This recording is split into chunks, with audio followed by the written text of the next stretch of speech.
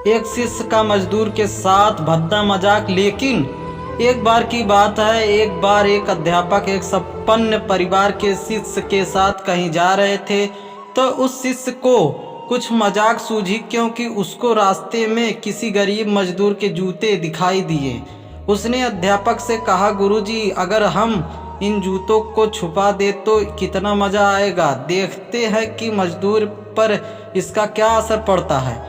अब उसको तो मजाक सूझ रहा था, लेकिन गुरुजी ने कहा कि नहीं, गरीब इंसान के साथ इस तरह का भद्दा मजाक करना ठीक नहीं है। उसने कहा, क्यों ना हम इन जूतों में कुछ सिक्के डाल दें और देखें कि इसका इस गरीब मजदूर पर क्या प्रभाव पड़ता है। उन्होंने ऐसा ही किया। जैसे ही मजदूर अपना काम करके लौटा और उसने एक पाँव अपने जूते में डाला तो उसको कुछ कठोर सा महसूस हुआ। उसने अंदर हाथ डाला तो उसको कुछ सिक्के दिखाई दिए। वह थोड़ा आश्चर्य में पड़ गया।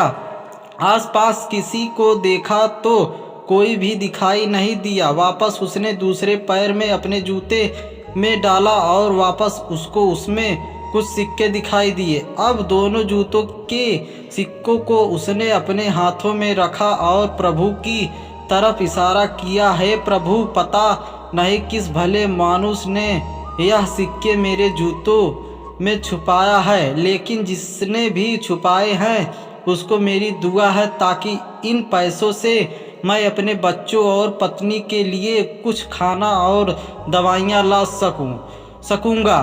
और इतना बोलकर वह चला गया। इस बात को शिष्य और अध्यापक दोनों सुन रहे थे। अब अध्यापक ने शिष्य से पूछा कि तुम मुझे बताओ कि तुम्हें कैसा महसूस हुआ, तुम्हारी पहले वाली मजाक या मेरा यह तरीका।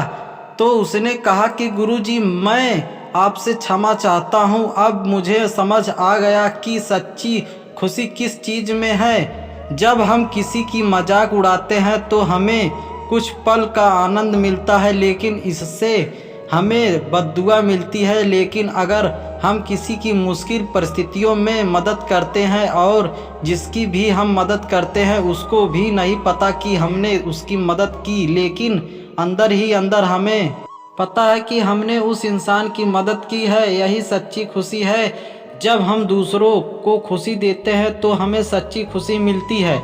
इस तरह खुशियाँ बांटते रहिए, लोगों की मदद करते रहिए और दान करते रहिए। जिसके भी आप काबिल हो, जितना भी आपसे बन पड़े दान करने के लिए, दान जरूर करें। इसका मतलब है यह नहीं है कि आपको कंपलसरी या अनिवार्य रूप से इतने रुपए दान करने के लिए चाहिए, क्योंकि हर किसी की ज़रूरत अलग अलग हो सकती है।